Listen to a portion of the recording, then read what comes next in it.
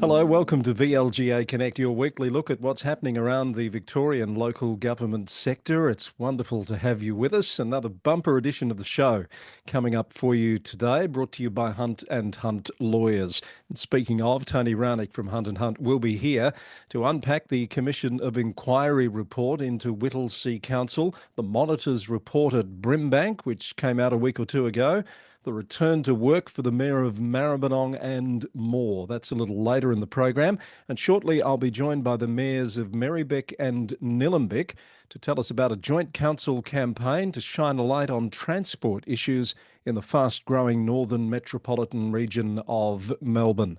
That's all ahead on VLGA Connect. But first, here are this week's Connect news headlines. The local government minister Nick Stakehouse has announced the appointment of a municipal monitor to Whittlesea City Council as a result of a report from a commission of inquiry into the council's governance practices.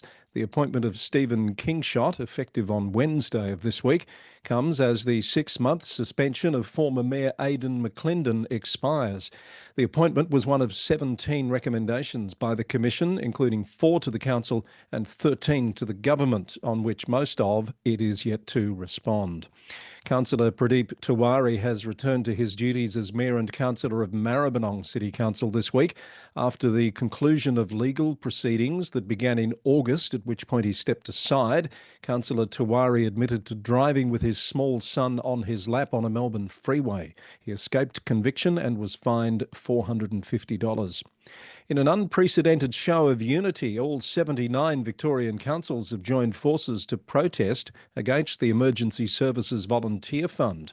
Regional Cities Victoria, Rural Councils Victoria and the MAV say the new levy unfairly shifts costs onto local ratepayers, particularly in drought-stricken rural and regional areas. The councils have formally written to Premier Jacinta Allen and Treasurer Jacqueline Symes, calling for the fund to be withdrawn and redesigned with proper consultation. The Victorian Electoral Commission is calling for changes to local government legislation in Victoria. 10 recommendations are made in the Commission's election report submitted to the Parliament this week. It's also made 27 operational commitments. They include a continued focus on strengthening safeguards to detect and prevent postal vote fraud, exploring options to publish provisional results in real time, and requiring candidates to include political affiliations in the candidate questionnaire.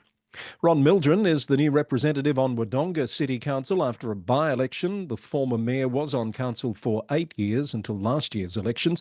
The extraordinary vacancy happened due to the resignation of Councillor Hannah Seymour. Meanwhile, the Greens have pre-selected councillor and former mayor of Merri-bek, Angelica Panopoulos, to contest the marginal seat of Pascoe Vale, more than a year ahead of the 2026 state election. The City of Greater Bendigo has paused plans for an extended e-scooter trial as the industry prepares for significant legislative changes. Beam Mobility, which operated the initial 12-month trial that launched in May of last year, has chosen not to continue beyond its temporary extension. Mansfield Shire Council has issued an open letter calling on the Victorian Government to urgently fix deteriorating state-managed roads after months of unanswered correspondence with Roads Minister Melissa Horne. Bull Oaks Shire has officially appointed Daniel McLaughlin as its new CEO at this week's Ordinary Council meeting. Mr McLaughlin has been in the role on an interim basis since last month, but has been with the council in various roles since 2019. And that's the latest from VLGA Connect News. Keep up to date with the latest news from around the sector nationwide on the Local Government News Roundup, Australia's #1 podcast for local government news, every Monday, Wednesday and Friday, brought to you by the VLGA. Well, joining me now on VLGA Connect, we're going to talk about this major transport campaign that you might have seen. It's been on the 9 News at least this week in the Metro papers, a push from the 7 northern councils in metropolitan Melbourne for better transport infrastructure. Not a new issue, but certainly one that's ramping up now. And let's find out how that campaign's going with the chair of NCA, Helen Davidson, also the Mayor of Merri-bek. Hello, Helen, and welcome. Hi, Chris. Thanks for having me on again. Good to have you here. And I've got the Mayor of Nillumbik with us as well, John Demerick. Hello, Councillor. How are you? Hi, Chris. How are you? Very well, thank you. Thank you both for joining us. It's always hard to get multiple councils together on the one page on an issue, but Helen, singing from the same hymn book when it comes to transport in the northern parts of Metro Melbourne. Most definitely. And the issues and advocacy that we are advocating on do not have borders. So in the north, we have very common issues that affect over 1 million people. And we know the population is growing. So by 2036, it will grow by 44%. So it'll Yeah. be up to 1.5. So now is the time to really advocate strongly on behalf of the communities in the north. And we're doing so with 7 different councils who have all come together. And sometimes that can be hard to do, but we've come together with um, quite a few key advocacy asks from the state government, and they relate to bus connectivity, the roads, and also public transport. So, as I said, this issue's been around for a long time, but the growth has been continuing while the infrastructure development hasn't kept pace. But then we see figures like, only 10.9% of households are using public transport. So, what needs to change to make that a bigger part of the conversation, do you think? Well, I'll start with the Upfield line. The Mm. Upfield line stops at Upfield, as we know. So the communities to the north of that, including Hume, Mitchell, and Whittlesea, are left with a V line train service that has capacity of 40% compared to what a electric train could carry. So you've got people that are unable to get to jobs, unable to get to hospital appointments, or even just to see friends and family the Mm. further north they go. So we're calling from the electrification and duplication of the Upfield train line to really help more frequent services deliver the best outcome for people in the north. John, the your sort of area, Green Wedge, we used to call it, and I'm sure if still that's the right term. Do you have the same issues as an more inner city municipality like Merri-bek or Darebin? We have slightly different issues, but we're all part of the same community. So people who are in our shire still are aiming to get to places like La Trobe University, the Kangan Institute, to Melbourne Polytechnic for education. They've still got to get to their work and still have to get to doctor's appointments, etc. So again, we would like to see a greater reliance on public transport in the north, particularly east-west connections, so that people in Hume, a lot of people in Sunbury, out in Broadmeadows, they're heading to La Trobe University. So if we can get those cars off the road and people can have efficient public transport for those everyday trips, it just makes the whole northern suburbs work better. At the moment, we're using one of the major freight routes, that being the Hume Highway. People are having to cross that just to take their kids to school. And we've got instances where it's taking people 45 minutes to get out of their estate to head across the Hume to drop their kids off, which should be a 5-minute trip, or even better, the kids should be able to have active transport and just ride their bikes, walk. But no one's going to let their child cross the Hume Highway without extreme supervision, and probably more than likely need to drive to do it. So. Yeah, look, these are unsustainable issues, aren't they? And they need to be solved quickly. But as I said before, the growth continues. And Helen, I'm wondering, why is it so hard to get traction on these types of issues? And where does roads fit into the arguments that you're making?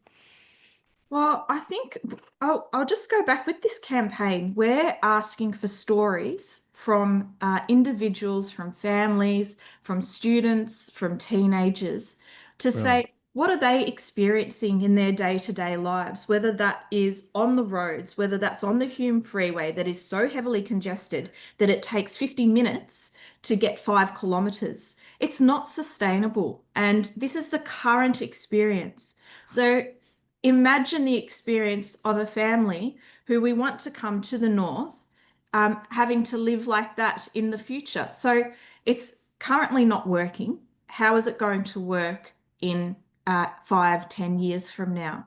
We need investment now. So we're calling on people to tell their stories of their experiences.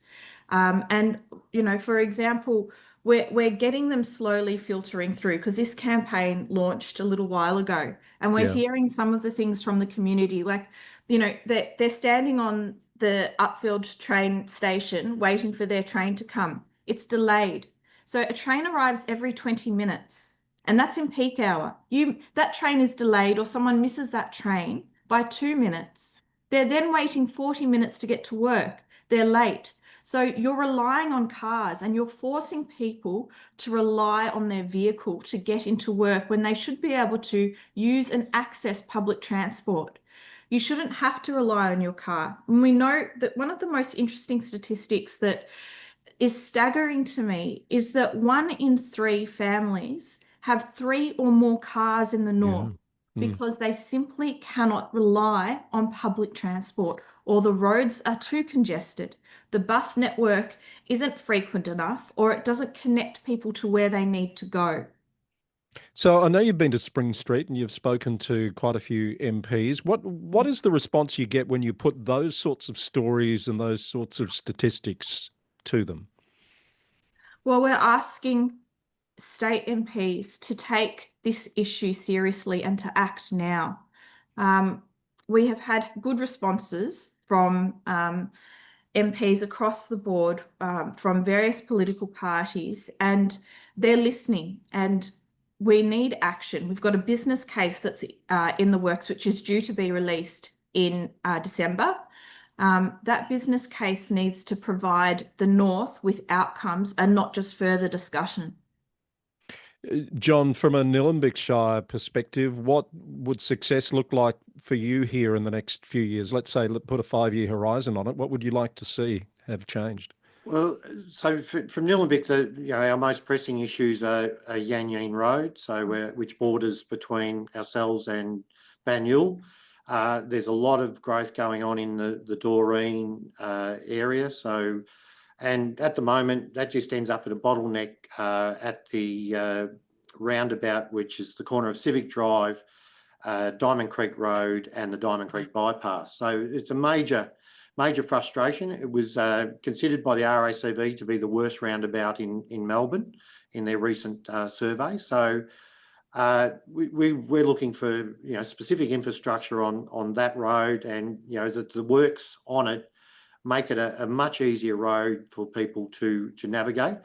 But the same thing, if we don't get the Hume right and the upfield line right, then everyone who is coming from those areas is looking for shortcuts, which puts them onto local roads going both ways, and just congests the suburbs around them. The major and public transport plays a major role in this, in just getting incidental car trips off the road that don't need to be there. If someone knows that they're for the rest of this year they're going to uni 5 days a week, and they can have a half hour to an hour bus or train ride to get there, they would be more than happy with that. And it as I say, it just gets that extra car off the road, and frees up our major freight routes for transport. We've got the intermodal going in at freight intermodal going in at Beveridge. Again, it doesn't have the infrastructure there to do it, and we need these things so that jobs get to these areas ahead of the population getting there. So when people get out, and it's such a proud moment when you buy your first house, you want it to be in a suburb that it's your lifelong suburb. You've got job opportunities, you've got education opportunities, and you have the right health services and the right transport services there. So we're looking for some real solid planning and some collaboration between all levels of government to make this happen. So well said. And you can replicate those sorts of examples across all of the councils in the alliance. Your Hume, Banyul, Darebin, Whittlesea. I know I'm missing one, Mitchell. So hence all of the councils singing from the same hymn book here. Helen, I'm mindful that there's been lots of investment in major transport projects to the south, Metro Rail and East-West Link, Westgate Tunnel. Is there a sense that some of that big investment now needs to be moved to other parts of the city, or do you think those projects will deliver some of the improvements you're looking for, particularly on roads? I think we've got to look at it holistically, and we're wanting to work with the state government. We know the business case is coming in December. And we're wanting to be part of that and to have input into it. We know our communities well. We are the closest level of government to the people. So we want to be involved. We want to work closely in collaboration with the state government to really deliver the best outcome for our communities that have so many similar issues, and the issues are not going to just vanish. They are going to be compounded upon. So we want to work with the government, and that's what the main ask is. Yes. All right. Well said. Thank you. It's a great campaign. Great to see all these councils coming together to speak with one voice on these very important transport issues. And we wish you well with your ambitions here. Helen Davidson, Chair and Mayor of Merri-bek, and John Demerick from Nillumbik Shire, the Mayor there. Thank you very much for your time. Thank you very much. Thanks very much, Chris. Thank you. Thanks for all your work in local government. Thank you. Much appreciated. All right. That's the Northern Councils Alliance transport campaign. You've heard more about that here on VLGA Connect. Great to see all those councils banding together, Tony, on a very important issue for the Northern Party. Well, you're ex-Nillumbik, fresh Yes. and with some of those stories about traffic bottlenecks and trying to get trains which aren't coming very regularly, they would resonate with you, I would think. Absolutely. And just growing so rapidly around, you know, to the Whittlesea areas, etc. And yeah, just demands on infrastructure across Melbourne. But yeah, that's a particular part of Melbourne, and great to see those councils working together collegiately like that. So transport, a big issue at Whittlesea, but an even bigger issue at the moment is governance. The Commission of Inquiry, the long-awaited report, is now out. The Minister released it earlier this week, along with an announcement that Stephen Kingshott is being installed as a monitor, and that took effect on Wednesday. He'll be there to the end of the year. The Commission stopped short of recommending the council be terminated or dismissed, but it did raise quite a few concerns, particularly about those early mayoral selection processes. Tony, what's your take? Yeah, I don't think anyone comes out, you know, completely I guess having done everything perfectly right here. The Commission, Prue Digby and Jim Gifford, have criticised, I think, the behaviour, particularly of the former mayor Aidan McClendon, but also expressed some concerns about some shortcomings in the performances of the other councillors, the CEO and the administration that contributed to the problems at Whittlesea.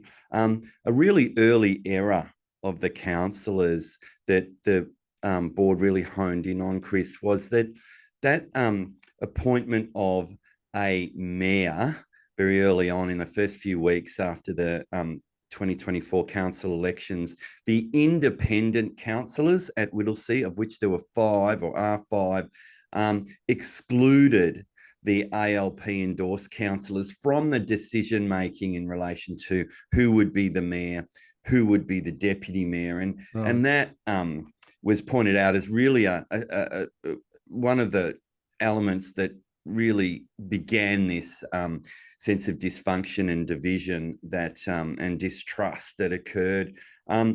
There were some, I think I could describe them as maybe precipitative actions, you know, jumping the gun, if you like, that the board pointed out, firstly, that the councillors and the CEO acted too quickly to refer concerns about Mr. McClendon to external bodies. So the councillors, the board thought, ought to have tried to resolve issues internally and directly with Councillor McClendon, held him to account for certain behaviours, rather than gone down this path of, you know, immediate referral to an arbitration process around the Model Councillor Code of Conduct, and then seeking support from external authorities and the minister to step in. Tony, before we go into that next little bit, just back on the first issue of the councillors needing to make that important decision of electing a mayor within a few days, a few weeks generally, that's something that needs to be looked at in terms of timelines and what the Act says, surely.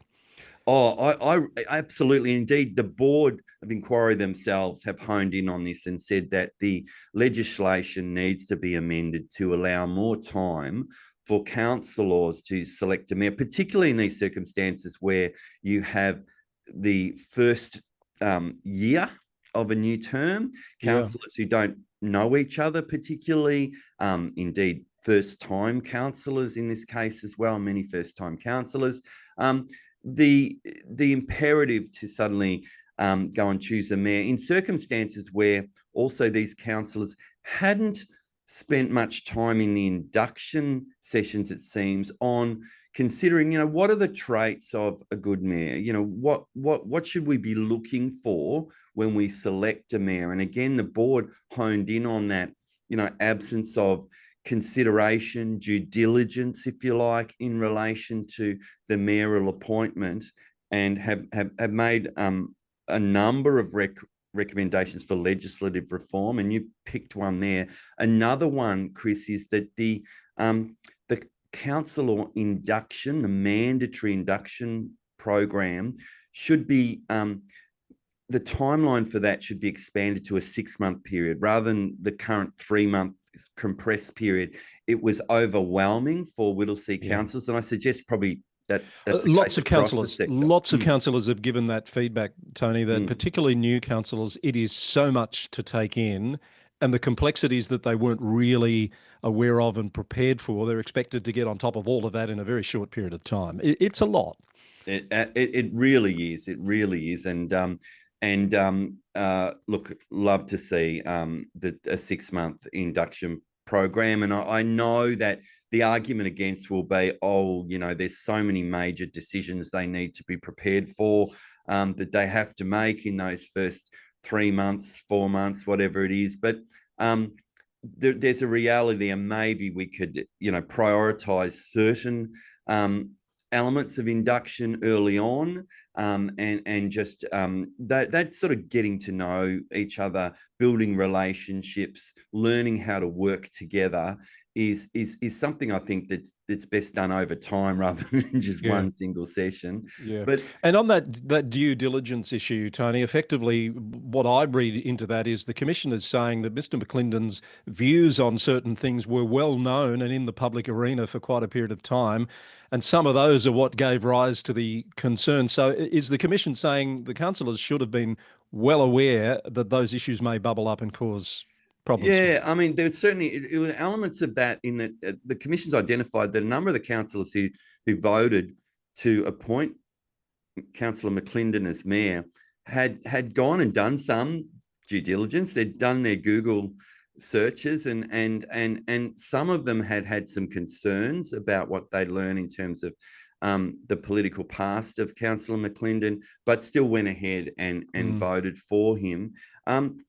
Look, I think that the one of the keys is the opportunity for councillors to understand what the motivations, what the priorities are of their colleagues, of each other. And you know, I had some part in the induction program at Whittlesea, but it was, you know, I was brought in to tell them about certain provisions of the Local Government Act, for example.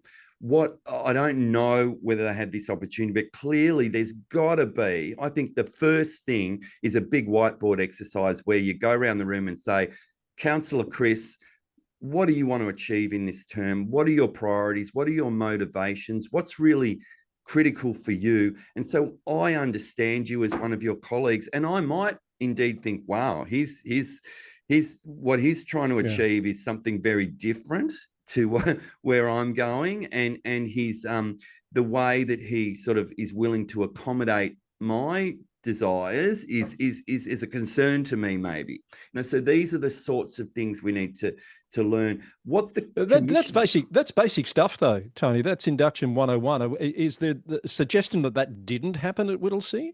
Well, certainly in relation to Councillor McClendon, what the board says is that once he became the mayor, he was very focused on his own agenda. So they say that his public utterances were invariably about his own opinions on certain things, rather than, you know, this is what the council is doing, or this is the position of the council. Now, one would expect that with a bit more exploration, that would have become evident in sort of more those workshopping conversations that councillors And then, of course, the added issue of him running for state election not that long after being elected to council and being appointed mayor. Indeed. So that decision to run the Werribee by-election, which was troubling for Councillor McClendon's colleagues, and is highlighted by the Board of Inquiry. I think, some of the board's recommendations are really worth looking at.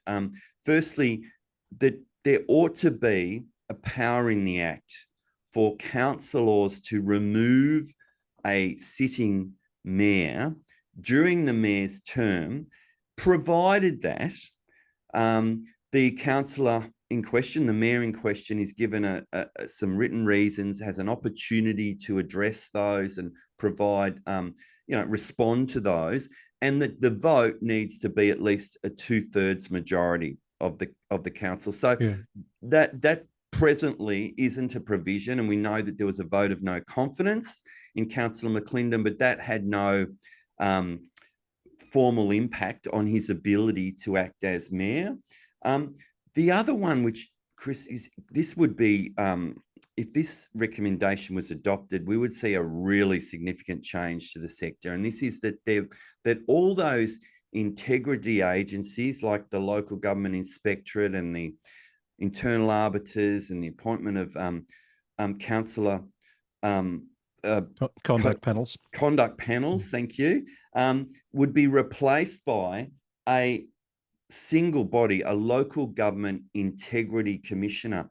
And Chris, you and I know that as we speak to councils and councillors, there is a little bit of confusion about, there's a plethora of these organisations that basically administer and govern council matters, and even with all the organisations, it seems that a lot slips between the cracks, and perhaps having one entity clearly being the responsible entity might actually mean that things get done when they need to be done, and there's a clarity about where things need to be referred to. I think for what it's worth on the surface, that is definitely worth exploring. It would simplify, I guess, a very, very complex system. However, there's already some rumblings about the Commission's recommendation that this be funded by councils, and some councils are spending a lot of money on these processes, so it wouldn't make much difference to them. But what about the councils that are operating effectively? They're not putting lots of money into legal challenges and conduct processes because, they've got their house in order. Why should they be paying for this?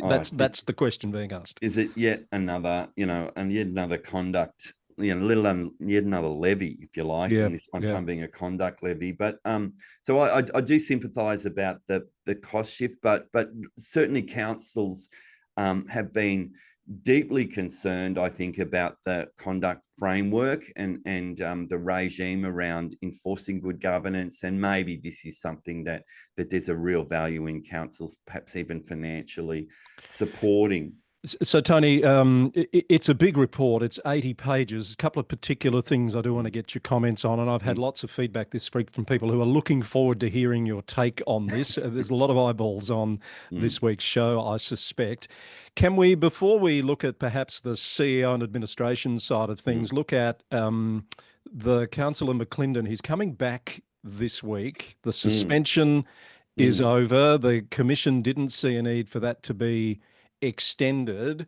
Let's talk about how that's going to work and how does the Commission think it should be treated? Yeah, so to be fair, I think that the Commission has foreshadowed that there may well be some issues at the council with the return of Mr. McClendon, albeit as a councillor, not as the mayor. The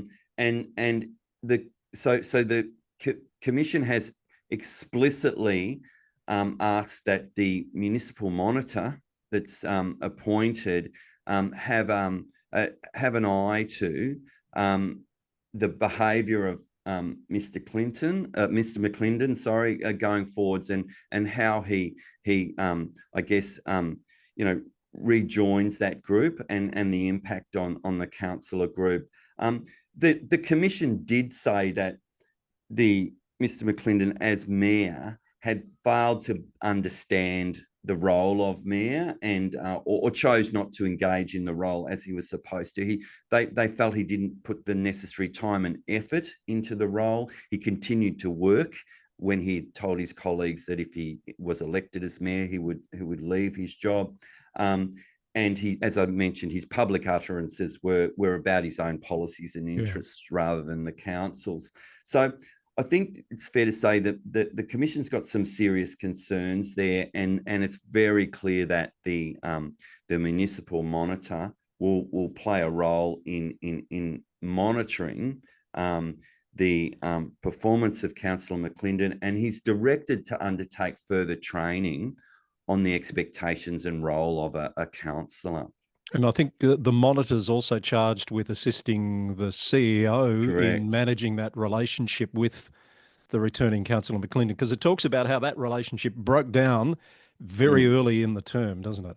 Yes. So the Prue Digby and Jim Gifford, the commissioners, felt that the CEO, Craig Lloyd, had been too quick to escalate and refer concerns for, breaches of the Local Government Act or conduct, etc., to the integrity agencies rather than seek to resolve these internally, and felt that, perhaps that approach may have exacerbated some of the divisions at council. So the commissioners talked about the ability to even appoint a mediator to come in and deal with differences between the CEO and the mayor, or indeed potentially amongst councillors, and that wasn't a step that was taken.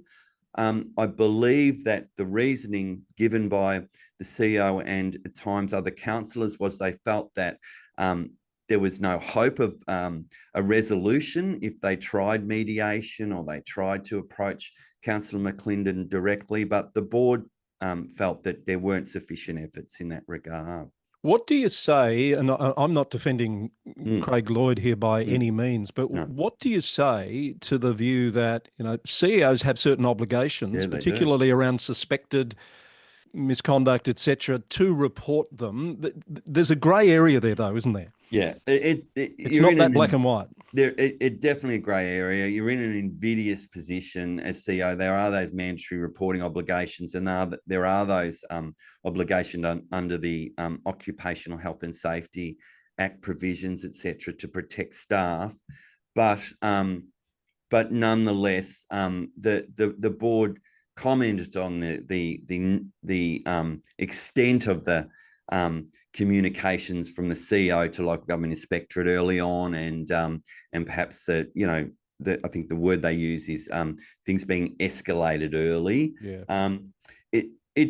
It's not an easy situation, and I think rather than being critical of too much of the individuals involved in this one, it's a learning exercise for the whole sector. And I think in the future, CEOs in this position might well read this report and go, oh yes, I could get an external mediator in. I hadn't thought of that, or I thought that perhaps that wasn't an appropriate use of council money. Maybe I'll try that, and we'll work through this mediator with this problematic councillor, rather than immediately refer the matter to integrity agencies. So it's just another tool in the toolbox, if you like. So just before we wrap this up, and I'll give you a moment to reflect on whether there's anything else you want to add, I might just add in some other viewpoints here. Mr. McClendon responded to the report this week. He told the ABC that in his view it was a political witch hunt motivated by differing political views, but he doesn't expect any tension when he returns as a councillor this week. And for the council itself, it noted the report. It's welcomed any process that seeks to further strengthen good governance and support the safety and well-being of council and staff. And it said it will consider all elements of the report in due course, but will not provide any further comment at this stage. I guess one thing we haven't touched on, Tony, is the reason for the suspension of Mr. McClendon was given as being a risk to health and safety, the well-being of staff. What did the Commission have to say about that? Yes. So firstly, the minister's decision to stand down the mayor for that 6-month period, that was expressly excluded from the terms of reference of the commission. So if you like, the minister called for an examination into the processes of council, but said, you know, you're not going to examine my decision. Right. There. However, I had forgotten that. You're right. No, but it's a good question because the commission made the point that when Councillor McClendon returns to the council, he will still face this internal arbitration process in relation to alleged breaches of the model code of conduct that other councillors referred. And there's already an arbitration with Joel Silver that had commenced and will need to be, continued to a completion. Yeah. There are other elements that I point out too, is that the commission said that the councillors should be meeting at least weekly or fortnightly in councillor-only sessions. And this is 101, Chris, but and something that but this indeed apparently was not occurring. Certainly the whole group of councillors was not meeting on this regular basis. And of course, not just meeting, but reflecting on their performance. How have we gone over the previous week or 2 weeks? Are we holding each other to account? Could we do better? I think we've got a particularly strong mayor in there at the moment. Martin Taylor. Yes. Taylor.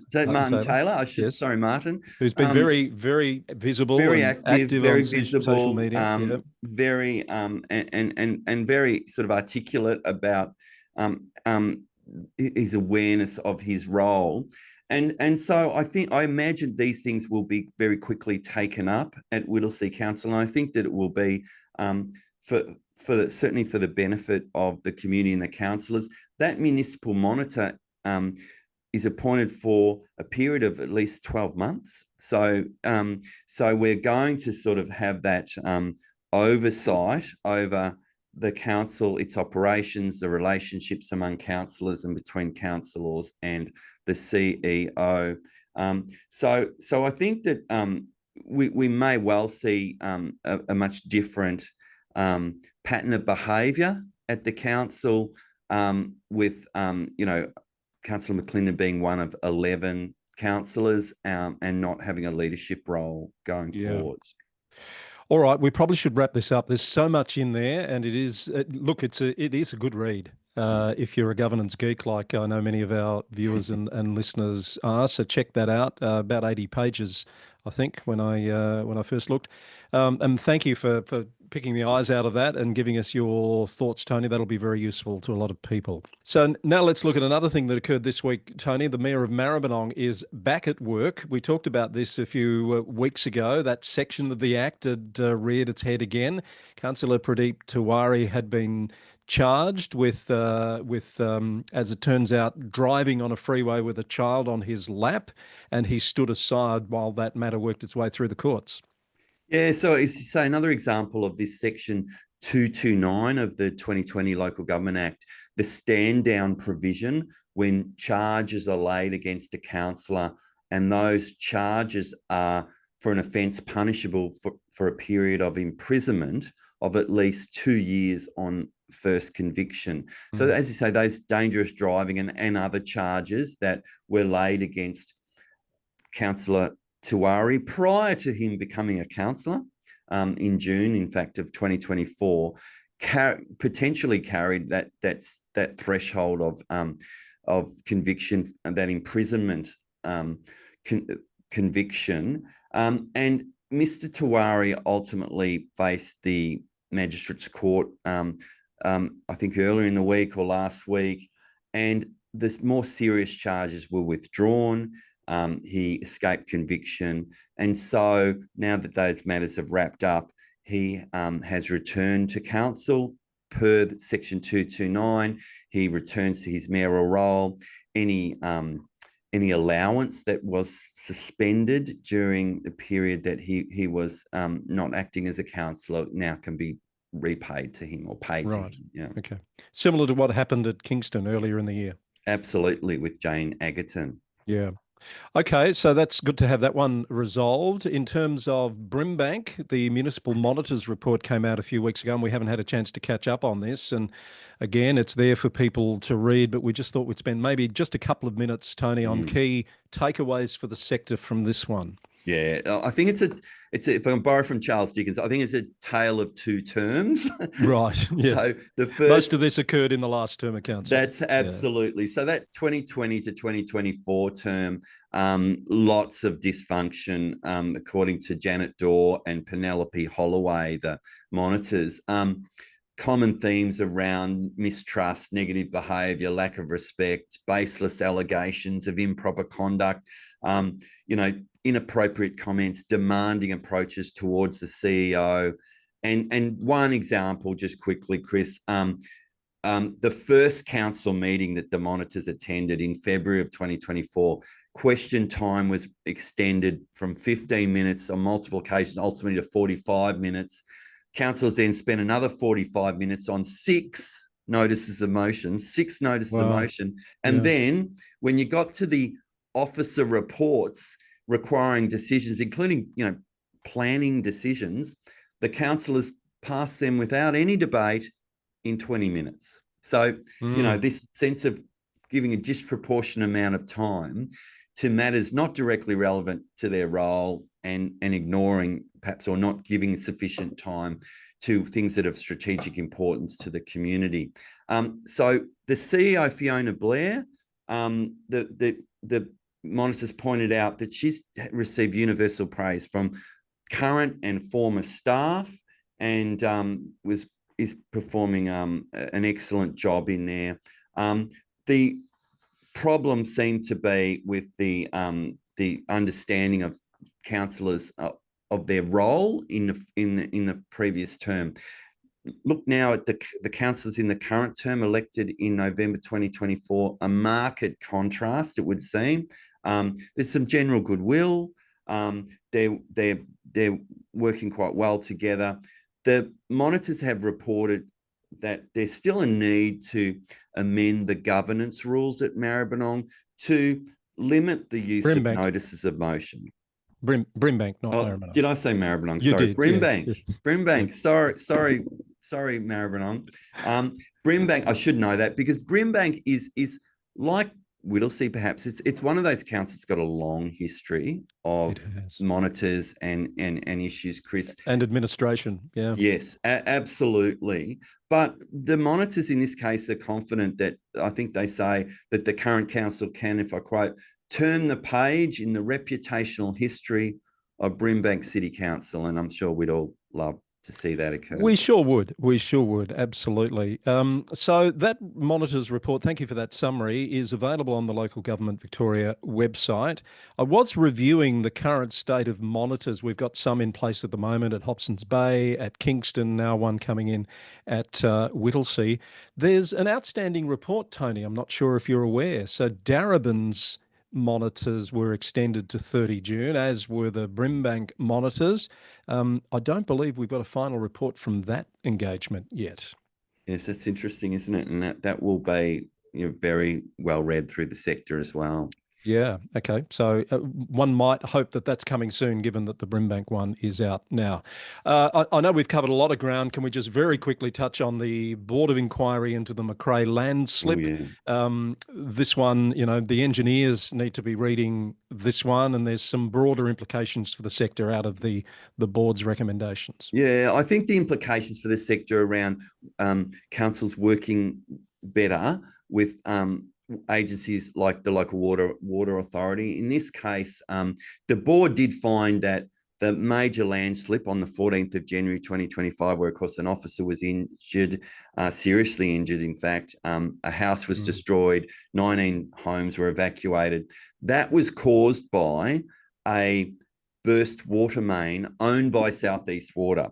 But the board found that the main had leaked for 5 months in the lead up to the landslip, and indeed for 2 of those months, the local residents had been complaining to South East Water and the council about, water coming up through nature strips and roads and roaring in stormwater drains and this sort of thing.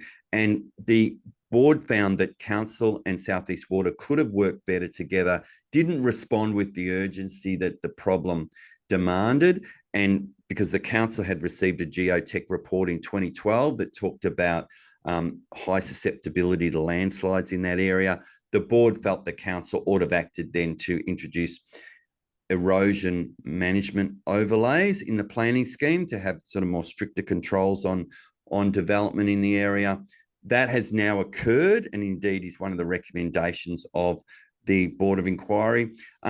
Just quickly, Chris, the board did say that the council's approach in dealing with the board and engagement with the board was generally, for the most part, positive and constructive.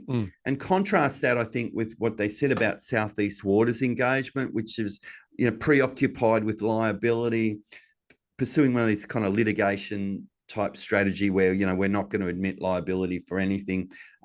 The board was quite critical of South East Water's approach, ultimately found that the leak was caused by a water main owned by South East Water. And South East Water, of course, initially said after this major landslip in a public statement, preliminary data from tests indicates the water is not from South East Water's network. Well, ultimately it proved to be so.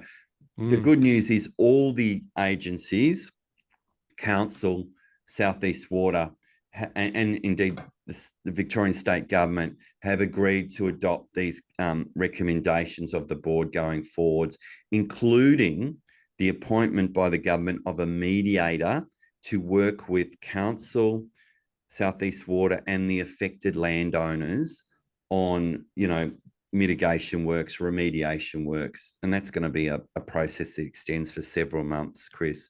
What resonated with me out of the report, Tony, was this talk about the silos in which the organisations were operating in, and I think there is a broader issue, this is just my view, of how agencies approach issues that cut across council areas. And I know the Mayor of Maribyrnong, Councillor Paul Tatchell, would tell you that's a big issue between his council and the EPA. I've done an interview with him for the Local Government News Roundup this week that gets into that issue. I do think there's a broader issue about how councils are treated by government agencies. They're not treated as part of the system. They're treated in some cases as opponents. Yeah, absolutely. And how can we pass responsibility over to the council, be it for cleanup of environmental waste or dumped waste, as in the case. And that's probably largely been driven by cost pressures. Yep. We don't want to bear the cost. Who else can bear it? Yep, absolutely. Yep. And there's an underlying problem, isn't there, that there's not enough resources to go. These organisations aren't resourced adequately, it would seem, either. But I do know that there has been substantial efforts and indeed change at Mornington Peninsula Shire Council with Mark Stormer arriving as CEO. Was criticism of the approach of council from the board, but it related to the approach prior to his arrival. And I know that we've seen significant action. I think only this week those interim erosion management overlay controls have been introduced into the planning scheme, or the process to do that has commenced. And there's been substantial change indeed at executive level at that council as well. Indeed. Yeah, it's a very different looking council than what it was a while back. All right. Thank you, Tony. That's a lot to take in. Thank you very much for all your work to distill the key points out of those issues. We'll let you have another week off and we'll see what happens in the sector. And I'm sure it won't be too long before we see you again. Thank you. Good to see you, Chris, and viewers. Have a good week. Tony Raunic from Hunt & Hunt Lawyers, our sponsors here at VLGA Connect.